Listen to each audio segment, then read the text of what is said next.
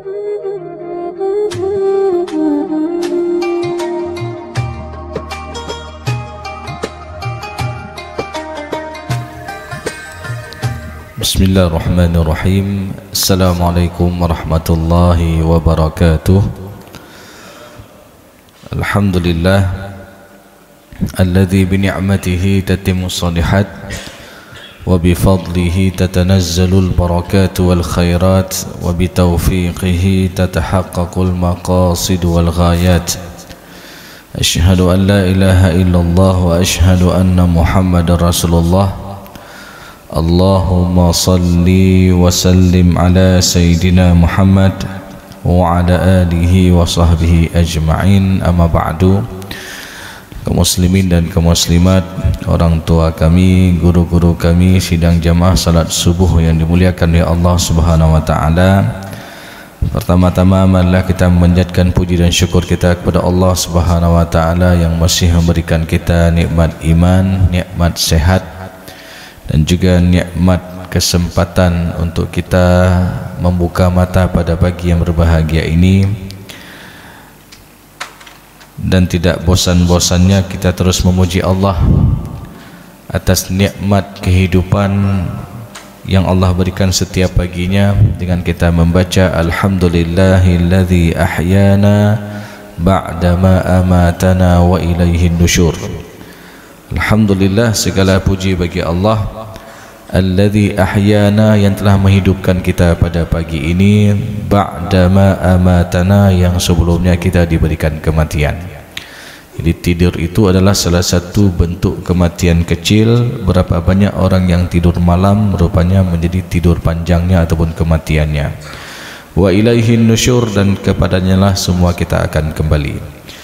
Salawat dan salam tak lupa pula kita sampaikan kepada Nabi Muhammad sallallahu alaihi wasallam, Rasulullah sebagai qudwah hasanah, Rasulullah sebagai suri tauladan yang baik yang patut kita contohi dalam kehidupan kita sehari-hari.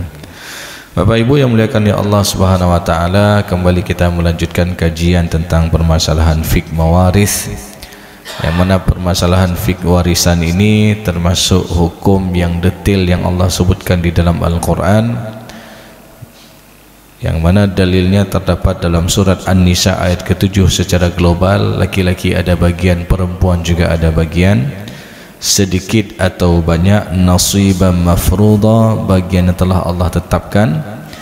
Kemudian nanti secara rincinya di dalam surat An-Nisa ayat ke-11, ayat ke-12 dan ayat ke-176 daripada surat An-Nisa, yang mana Allah sendiri menjelaskan porsi bagian masing-masing ahli waris. Ada yang mendapatkan porsi 1/2, ada yang dapat porsi 1/3, 1/4, 1/6, 1/8 dan 2/3.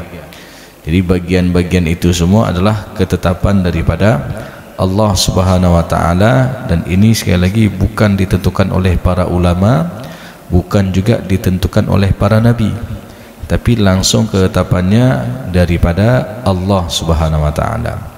Kemudian juga perintah daripada Rasulullah SAW untuk kita sama-sama belajar ilmu ini.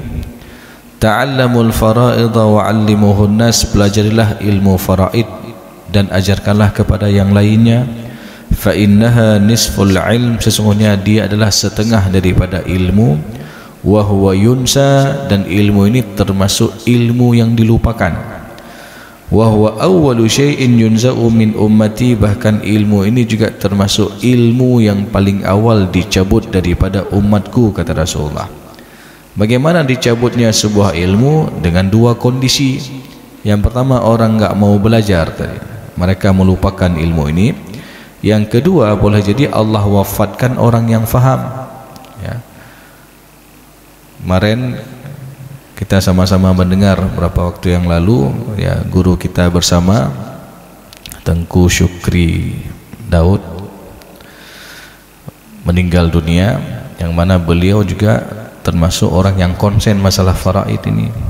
Dan sering mendengar ceramah di Masjid Raya sebelumnya berkaitan kasus-kasus masalah warisan yang beliau selesaikan, ya. Jadi jamaah yang muliakan oleh Allah SWT, tentu ini Kalau tidak ada yang mau belajar, dan kemudian yang kedua boleh jadi Allah wafatkan orang yang faham. Jadi kalau dua-duanya ini terjadi, seakan-akan ilmu itu sudah dicabut. Sehingga ketika sebuah ilmu dicabut, apa yang terjadi? Wa tadharul fitan, akan banyak timbul fitnah-fitnah, akan banyak timbul permasalahan berkaitan dengan masalah warisan, ya. Apalagi bicara warisan ini, ataupun bicara masalah warisan ini, tentu ada kaitannya dengan harta, yang mana Allah sendiri mensifati harta dalam Al-Quran dengan fitnah. Wa'lamu annama amwalukum wa auladukum fitnah, ketahuilah bahwasanya harta kalian dan anak-anak kalian adalah fitnah, ujian. Diuji kita dengan harta. Kadang watehana harta hana karu-karu, watehana harta bacut kakaru, ya, sudah ribut. Dan ini juga tidak terlepas daripada ayat yang dibawakan oleh imam kita tadi, Ustaz Khalis, ya, tentang kondisi jiwa manusia. Wa nafsi wa ma sawwaha, dan demi zat yang telah Allah sempurnakan penciptaannya. Fa'alhamaha fujuraha wa taqwaha. Lalu Allah berikan kita dua potensi. Ada potensi fujur dan ada potensi takwa. Apa itu fujur? Fujur ini adalah nafsu, ya, nafsu yang diaplikasikan oleh anggota tubuh, itu namanya fujur, ya. Contoh misalkan, ketika seseorang memiliki nafsu, ya, yang diaplikasikan oleh anggota tubuh, contoh seperti ini. Tatkala dia mengunjing orang lain, ya, dia memfitnah orang lain, maka ini nafsu yang telah diaplikasikan oleh lisannya tadi. Ketika seseorang dengan tangannya merampas hak orang lain, ya, mengambil hak saudaranya, ini juga nafsu yang diaplikasikan oleh anggota tubuh, namanya fujur, ya. Ketika juga kita ada potensi untuk berbuat kebaikan-kebaikan, di sana juga ada nafsu yang menarik kita kepada keburukan-keburukan, ya. Maka jemaah yang muliakan oleh Allah Subhanahu wa taala, ya, dua sifat tadi, ada sifat fujur dan sifat takwa, ini terus saling tarik menarik, ya, terus saling tarik menarik sampai dengan akhir hayat kita. Sehingga kalau kita lihat beberapa kasus masalah warisan ini juga dilatar belakangi dengan nafsu tadi, ketamakan terhadap harta dan lain sebagainya. Contoh yang sederhana, misalkan berapa waktu yang lalu ada kasus ketika meninggal orang tua. Jadi orang tuanya, ataupun kita tulis saja di papan tulis biar tergambarkan.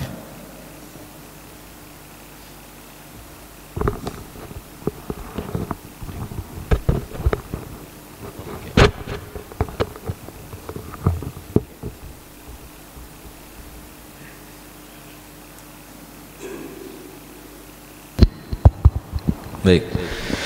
Jadi ketika ada sebuah kasus meninggal almarhum seorang suami, ya, beliau memiliki ada 3 orang anak. Ada anak laki-laki, anak perempuan, anak laki-laki. Dan almarhum ini ada ibu kandungnya masih hidup. Ayahnya sudah duluan meninggal, ya. Dan almarhum suami ini masih ada seorang istri. Ini meninggalnya di tahun 2018, sehingga belum difaraidkan harta peninggalan almarhum, ya.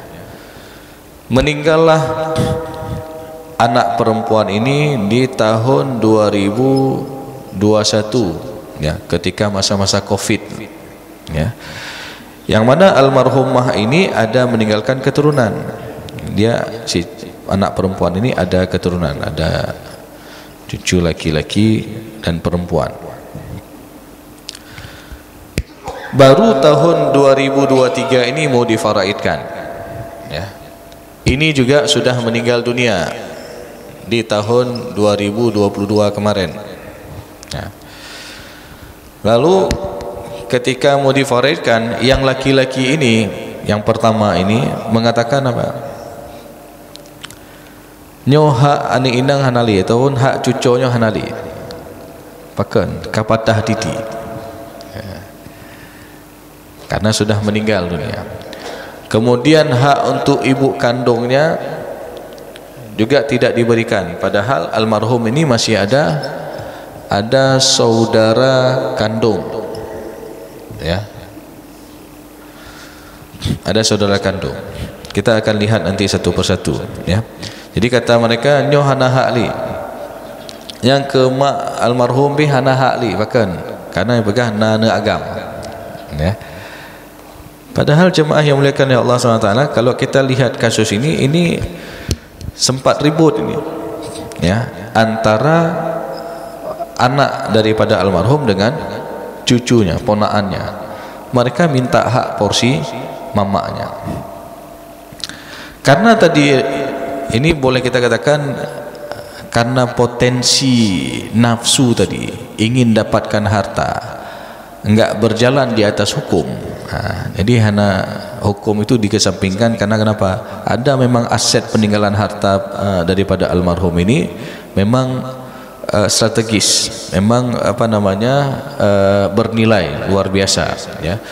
Jadi ingin dikuasai oleh orang laki-laki ini, sehingga jemaah yang muliakan oleh Allah SWT sampai ribut ini. Nah, kenapa ribut ini? Maka kalau kita tarik benang merahnya, karena tadi ada sifat keserakahan tadi.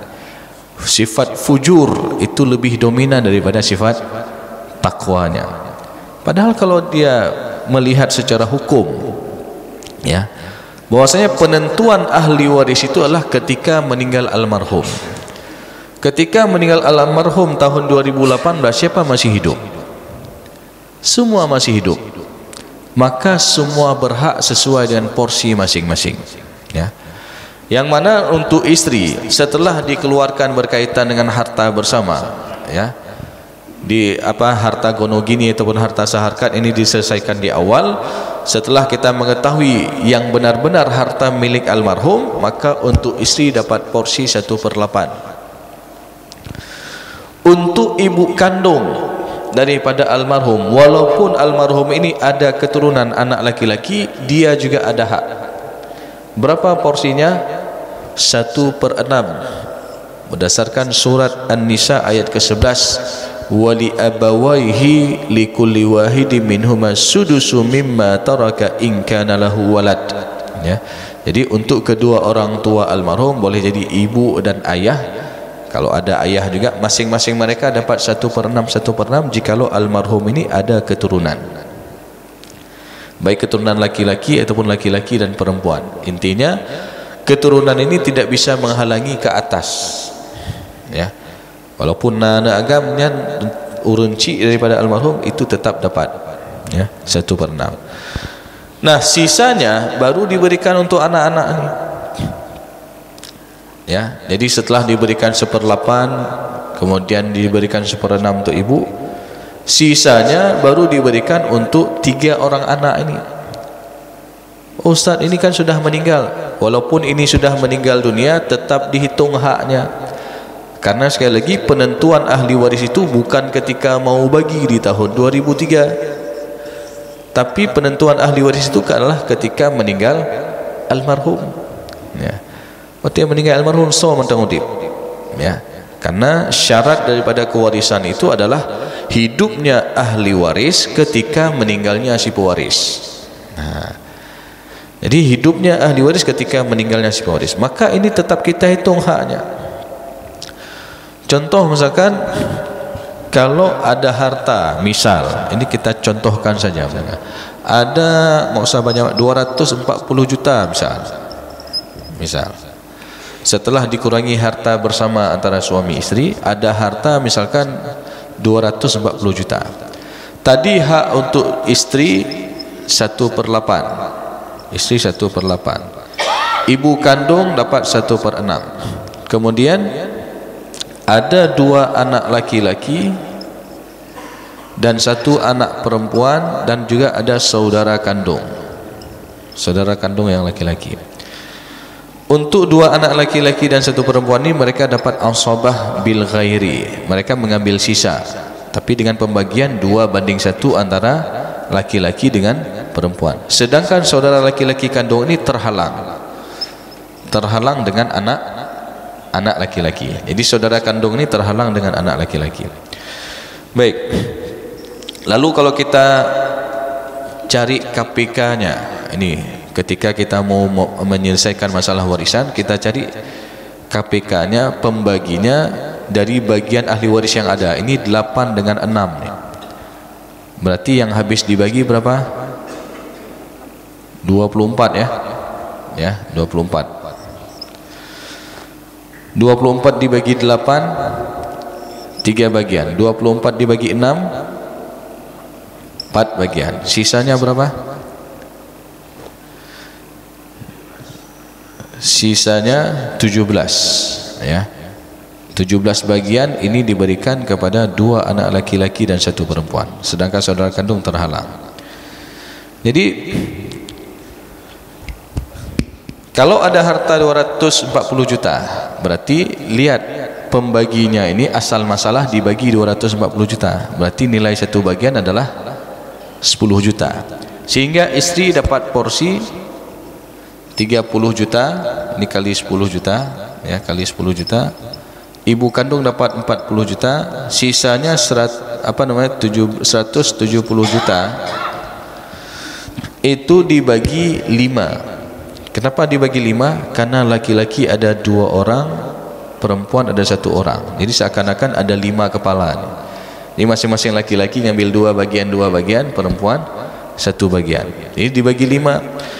Nah, nanti porsi bagian anak perempuan ini baru difaraidkan kembali untuk siapa? Untuk ahli warisnya. Boleh jadi dia ada suaminya, ada hak. Kemudian juga ada anak-anaknya, ya, anak-anak kandungnya. Nah, begitu juga porsi bagian ibu kandung yang mana sudah meninggal di tahun 2022. Nah, maka untuk siapa porsi untuk ibu kandung ini? Tentu untuk ahli warisnya. Siapa ahli warisnya? Anak mak ya. Saudara kandung dari almarhum kan ini anak ibu juga ya, saudara kandung. Maka ini dia dapat porsi daripada harta almarhumah ibu kandungnya ya. Maka jemaah yang muliakan ya Allah SWT, jangan langsung kita memvonis tadi, oh nyoh patah titi karena kan kau meninggal ya. Oh ini juga enggak dapat lagi karena kenapa? Sudah meninggal ya. Untuk apa kita kasih buat nenek? Ini kan mereka belakangan kan nenek. Kepu dajuk belum ke nenek ke Tuhan. Nah, tak boleh seperti itu. Maka ini kita bicara tentang masalah warisan, berarti kita bicara masalah hukum. Jangan lebih kita kedepankan nafsu daripada hukum itu. Ya. Makanya tadi wa nafsi wa ma sawwaha fa alhamaha fujuraha wa taqwa. Apalagi berkaitan masalah harta ini. Orang pasti ingin cenderung ia memiliki harta tersebut, walaupun enggak mau tahu apakah itu dengan cara yang halal ataupun yang haram. Ya, makanya juga dalam ayat yang lain Allah mengatakan wa tuhibbunal mala hubban jamma ya, wa ta'kuluna at-turasa aklan lamma, wa ta'kuluna at-turasa aklan lamma wa tuhibbunal mala hubban jamma. Jadi ada di antara mereka yang memakan harta warisan dengan mempercampur adukkan antara yang halal dengan yang haram. Dia tahu di situ ada hak dia. Dia tahu juga di situ ada hak saudaranya, tapi dia makan hak saudaranya. Ya. Apalagi di sini dalam kasus ini adalah anak yatim nih. Ya. Anak yatim ini yang tinggalkan oleh almarhum. Maka jemaah yang muliakan oleh Allah SWT, ketika ini memakan hak anak yatim ini, maka ini bahaya sekali. Ya. Allah sendiri yang menyebutkan di dalam surat An-Nisa ayat ke-10, innal ladzina ya'kuluna amwalal yatama zulman innama ya'kuluna fi butunihim nara wa sayaslawna sa'ira. Sesungguhnya orang-orang yang memakan harta anak yatim secara zalim, itu sama dengan dia telah memakan bara api dalam perutnya. Walaupun sekarang dia bisa makan enak, ya, tapi pada hakikatnya dia telah memakan bara api dalam perutnya. Tidak hanya sampai di situ. Lanjutan ayatnya apa? Wasayaslawna sa'ira, dan di hari akhir nanti dia akan dicampakkan ke dalam api neraka yang menyala-nyala. Nauzubillah min zalik. Maka jemaah yang muliakan oleh Allah Subhanahu wa taala, tentu bicara tentang masalah warisan ini kita bicara tentang masalah hak. Jangan sampai kita menzalimi hak ahli waris yang lain, karena sejatinya setiap harta yang kita dapatkan ini tentu akan diminta pertanggungjawaban oleh Allah Subhanahu wa taala. Baik, sampai di sini mungkin ada yang bertanya, kita persilakan. Ya, silakan. Ya.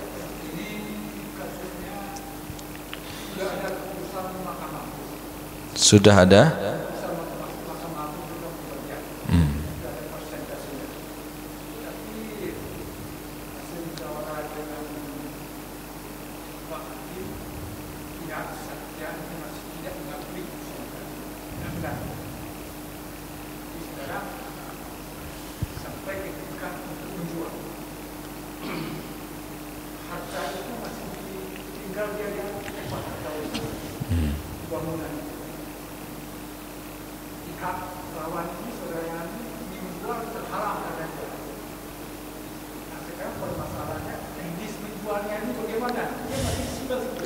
Ya.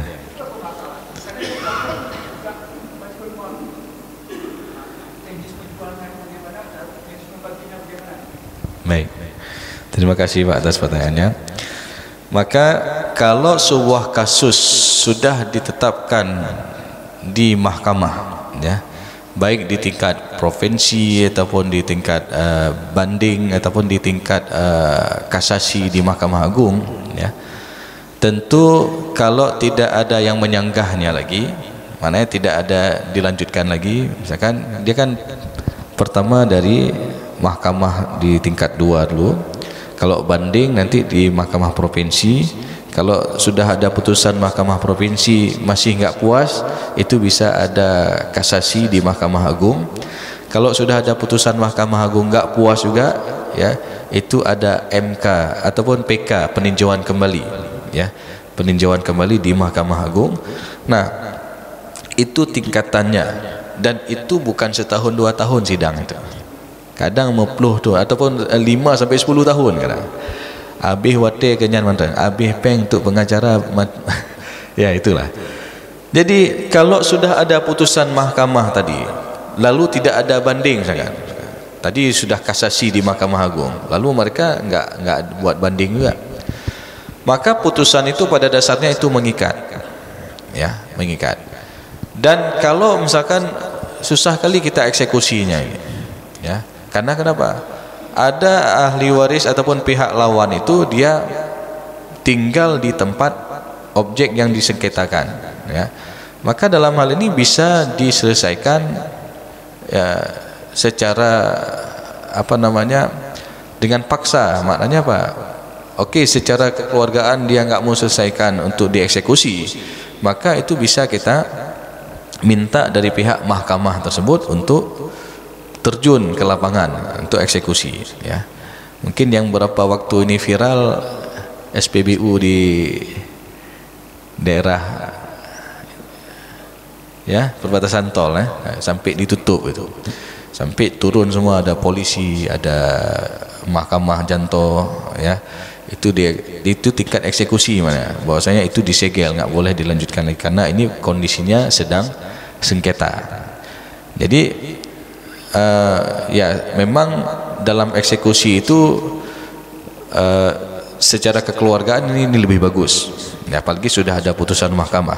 Tapi kalau nggak bisa diselesaikan secara baik-baik, maka mereka juga bisa turun, ya, dengan melibatkan aparat keamanan dan lain sebagainya. Ini lagi, karena sifat daripada putusan hakim itu adalah mengikat, ya, selama tidak ada sanggahan ataupun tidak ada banding dan lain sebagainya. Seperti itu. Baik. Lain ada pertanyaan? Ya? Ya, ada WH juga. Baik, dari ibu-ibu ada, silakan Pak.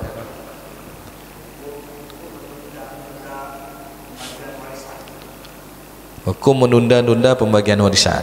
Ya. Memang pada dasarnya di dalam Al-Quran, di dalam fikih itu sendiri tidak disebutkan waktu secara spesifik. Ya. Nyo harus bagi bak uro ke-7, nyo harus bagi bak uro ke-10, enggak ada. Ya. Tapi pembagian warisan ini dilaksanakan kapan? Mim ba'di wasiyatin yusi biha aw dain. Setelah diselesaikan berkaitan masalah yang berkaitan dengan harta peninggalan almarhum. Yang pertama diselesaikan hutang piutang almarhum, yang kedua diselesaikan berkaitan dengan wasiat-wasiat almarhum. Nah, jadi kalau dua ini telah dilaksanakan, baru hartanya ini difaraidkan untuk para ahli warisnya. Lalu kalau ditanya kapan idealnya? Ya, kalau ditanya idealnya tentu lebih cepat, lebih bagus. Ya. Ya, mungkin dalam adat kita, ini kita bicara secara adat, ya. Mungkin bak uro 40 misalkan. Ketika misalkan semua ahli waris kumpul, ada buat misalkan kanduri lah, misalkan sumbangan untuk anak yatim dan sebagainya, doa bersama untuk almarhum, ya, di hari ke-40 ataupun di hari ke-100 misalkan, itu harus ada kita bahas berkaitan dengan harta ini. Karena kalau ditunda dengan waktu yang lama, boleh jadi kasus ini, ya, belum difaraidkan meninggal, ya, 2018 meninggal, belum difaraidkan 2021 meninggal nih, anak pertama, belum difaraidkan meninggal lagi ibu kandungnya, sehingga sudah terjadi kematian berlapis, ya. Belum lagi nanti ada objek harta peninggalan almarhum dikuasai oleh ahli waris tertentu, boleh jadi dikuasai oleh anak pertama, nyan peng-peng sewa mandu mikut lagi, nah, nggak dikasih buat ahli waris yang lain. Nah, ini jadi sengketa, jadi permasalahan ini, ya. Jadi ini jemaah yang muliakan oleh Allah SWT, tentu kalau ditanya secara idealnya, maka lebih cepat lebih bagus, kecuali atas dasar kesepakatan bersama.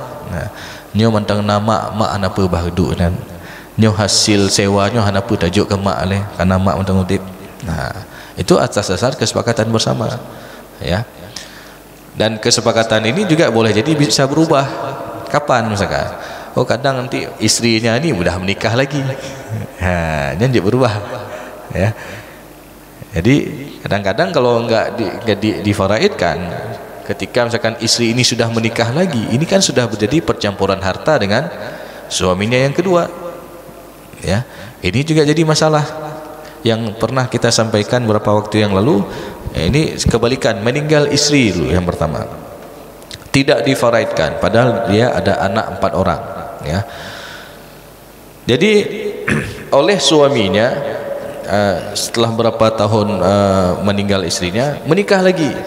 Nah, setelah menikah lagi dengan istri kedua, ada objek harta bersama dengan istri pertama itu dijual, ya. Lalu dibuat rumah dengan istri yang kedua. Nah, jadi setelah rumah itu jadi, berapa tahun kemudian meninggal suaminya. Nah, istrinya yang kedua ini mengklaim rumah itu adalah harta bersama karena dibangun ketika masa pernikahan dengan dia. Sedangkan anak-anak ini mengklaim apa? Nyana harta mak kamu awa yang kepulauan oleh ayah, yang kalau dibagi. Nah, jadi sehingga jadi permasalahan nih, sampai masalah ini dibawa ke Mahkamah Syariah Banda Aceh, ya. Jadi jemaah yang dimuliakan oleh Allah SWT, tentu ini, ya, kalau sudah terjadi pencampuran harta jadi masalah. Dan kalaupun hal itu terjadi, maka harus dilihat dari mana harta asalnya, ya. Oh, dari harta asalnya, misalkan harta dari istri pertama yang belum difaraidkan, maka ini harus ditentukan dulu. Dan juga dari rumah itu juga ada hak daripada anak-anak daripada istri pertama yang ditinggalkan, ya. Jadi ini kalau ditanya idealnya, maka lebih bagus, lebih cepat, lebih bagus. Tetapi kalau memang ini mereka sepakat untuk menangguhkan dalam waktu tertentu. Jadi beberapa waktu yang lalu termasuk ada sebuah disertasi di Malaysia itu tentang masalah kesepakatan untuk menangguhkan pembagian warisan. Jadi almarhum, ini kasusnya almarhum ada meninggalkan sebuah perusahaan pabrik, ada kilang, ya, kilang minyak, bukan kilang minyak, ada pabrik lah, ada pabrik perusahaan. Lalu ahli warisnya ini sepakat untuk tidak menjual pabriknya itu, ya. Bahkan mereka mengatakan di pabrik itu dalam saham peninggalan almarhum orang tuanya ini ada bagian masing-masing ahli waris. Jadi dari pabrik itu ada saham nanti untuk istrinya, misalkan 1/8 secara hak faraid, ya. Nanti ada anak laki-laki 2:1 dengan perempuan. Nah, ini mereka sepakat seperti itu. Maka ini diperbolehkan atas dasar kesepakatan bersama, dan tidak ada yang boleh menjualnya kecuali atas dasar kesepakatan daripada semua ahli waris. Nah, jadi kalau ditangguhkan atas dasar kesepakatan, maka ini tidak mengapa, ya, dengan syarat ini harus ada hitam atas putih juga, ya. Jangan sampai harta itu dikuasai oleh ahli waris tertentu. Ini seperti itu. Baik, ya, ada lagi? Silakan, Pak. Catat aja. Baik.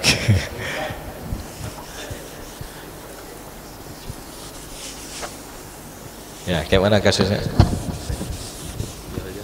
Ya? Ya? Ada ayah. Ada ayah. Oke, almarhum ada ayah. Ada mama. Mama, ada adik. Adik perempuan.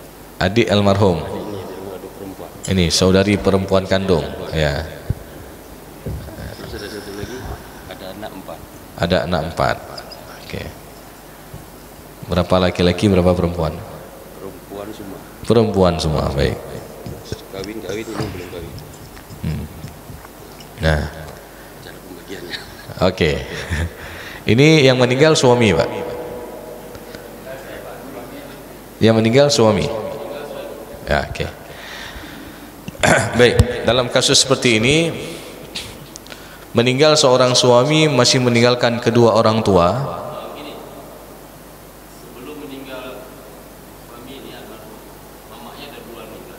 Mama sudah duluan. Oke. Oke. Ibu kandung sudah duluan meninggal, ayahnya masih hidup, ya. Baik, berarti daripada harta peninggalan almarhum, istrinya masih hidup, Pak? Masih, ya. Nah, kalau ada harta bersama tadi, ini dipilah di awal. Harta bersama dipilah di awal, ya. Kemudian setelah itu ketika kita telah mengetahui tirkah, harta yang benar-benar dimiliki oleh almarhum secara sempurna, maka untuk istrinya dapat porsi 1/8, ya. Kemudian untuk 4 anak perempuan dapat porsi 2/3, ya, berdasarkan surat An-Nisa ayat ke-11. Untuk ayah dapat 1/6 plus asabah, plus sisa. Ayah menggabungkan dua-duanya. Untuk saudari perempuan kandung ini terhalang dengan ayah. Ya, jadi saudari perempuan kandung ini terhalang dengan ayah, kecuali kalau kebalikan ini, kecuali kalau duluan meninggal ayah masih ada ibu, ya.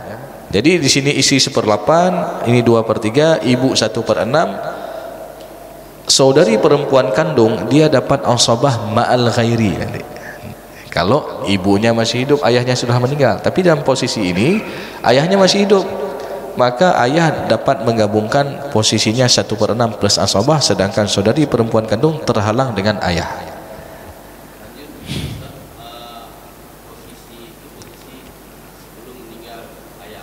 Ya. Oke. Ya. Sekarang ayah sudah meninggal. Berarti ayah ini meninggalkan siapa? Ada anak perempuan, kan? Nah, anak perempuan, dan ada cucu perempuan dari anak laki-laki yang sudah duluan meninggal. Kan lagi mana? Ya. Jadi istilahnya kalau kita buat bagian yang kedua, ketika ayah meninggal, almarhum ini meninggalkan ada satu anak perempuan, kemudian anak laki-lakinya sudah duluan meninggal, tapi ada cucu perempuan, ya, ada 4 orang tadi. Berarti dari porsi harta ayah tadi, yang pertama ayah kan bertambah harta dari almarhum anaknya 1/6 plus asabah tadi. Kemudian ayah boleh jadi ada hartanya sendiri, ya. Maka untuk anak perempuan di sini 1 orang dia dapat porsi setengah. Nah, 1/2, ya. Wa in kanat wahidatan falahan nisfu. Jadi kalau almarhum meninggalkan 1 anak perempuan, dia dapat porsi setengah. Untuk cucu perempuan dari anak laki-laki yang 4 orang ini, dia dapat porsi 1/6, menyempurnakan 2/3. Jadi karena bagian perempuan yang paling banyak 2/3. Jadi ketika posisi anak perempuan ini setengah, berarti untuk menyempurnakan 2/3 ada 1/6. Nanti dibagi 4. Nah, sisanya ke siapa? Nah, kita lihat lain, sisanya apakah almarhum ayah ini masih hidup saudara kandungnya? Ya, wali lah saya dari anak-anak mina. Ya, nggak ada. Kalau nggak ada sama sekali, misalkan paman nggak ada, ponaan nggak ada dan lain sebagainya, maka dari sisanya ini, kan ini ada sisa. Ya, ini kan masih ada sisa 1/3 lagi. Maka sisa 1/3 lagi dikembalikan untuk anak dan juga cucu perempuan. Istilahnya dirat kembali, ya. Jadi nggak langsung sisanya ke Baitul Mal, nggak, ya, sisanya dikembalikan lagi kepada anak perempuan dan 4 cucu perempuan, ya, dirat. Jadi sehingga nanti ada permasalahan rat. Rat itu adalah ketika ada sisa dan tidak ada asabah. Jadi dikembalikan lagi kepada ahli waris yang ada hubungan nasab tadi. Jadi seperti itu, ya. Sisa almarhum punya itu sudah dihibah pada anak yang 4 nih. Tapi untuk dihibahnya apakah perlu ada diketahui oleh ayah? Kita bisa aja dibilang oleh disampaikan oleh istrinya begini, ini sudah saya hibahkan kepada anak 4. Ya. Ya, dalam hibah itu kan ada aturan-aturannya, Pak, ya. Termasuk nggak boleh menghibah seluruh harta, ya. Jadi hibah ahli waris ataupun hibah seseorang kepada ahli waris itu harus ada syarat-syaratnya. Harus ada juga serah terima. Harus ada ataupun bukti lah, hitam atas putih, surat hibah. Kemudian hibah ini juga harus berlaku adil. Dan hibah ini nggak boleh menghibah kepada ahli waris dengan niat untuk mengharamkan hak ahli waris yang lain. Nah, ini hanjit, ya. Ya, kalau hibah ya sekedarnya boleh ada sisa, nggak boleh semua harta dihibah buat anak ini, ya. Karena ada beberapa kasus juga yang sering kita sampaikan, udah dihibah semua kepada anak, ya. Rupanya duluan meninggal anak daripada ayahnya, ya. Akhirnya harta dikuasai oleh menantunya. jadi banyak kasus juga seperti itu. Ataupun sudah dihibah semua buat anaknya, tapi orang tuanya panjang umur, ya. Tapi dalam kondisi seperti itu, anak-anaknya ini ribut satu dengan yang lainnya gara-gara masalah urus ayahnya. Ujung-ujungnya apa? Dititipkan orang tuanya ke peti jompo. Nah, jadi sayang kali orang tua kepada anak kasih semua harta, belum tentu anak ini memberikan manfaat bagi orang tuanya. Maka dalam hal ini nggak boleh dia hibah seluruh harta, ya. Baik, demikian Bapak Ibu yang dimuliakan oleh Allah SWT. Mudah-mudahan apa yang telah kita sampaikan ini bisa menjadi ilmu yang bermanfaat dan bisa kita amalkan dalam kehidupan kita sehari-hari berkaitan dengan pembagian harta warisan. Dan lebih dan kurang saya mohon maaf. Aqulu qawli hadza wa astaghfirullah li wa lakum wa lisal mu'minin. Wassalamualaikum warahmatullahi wabarakatuh.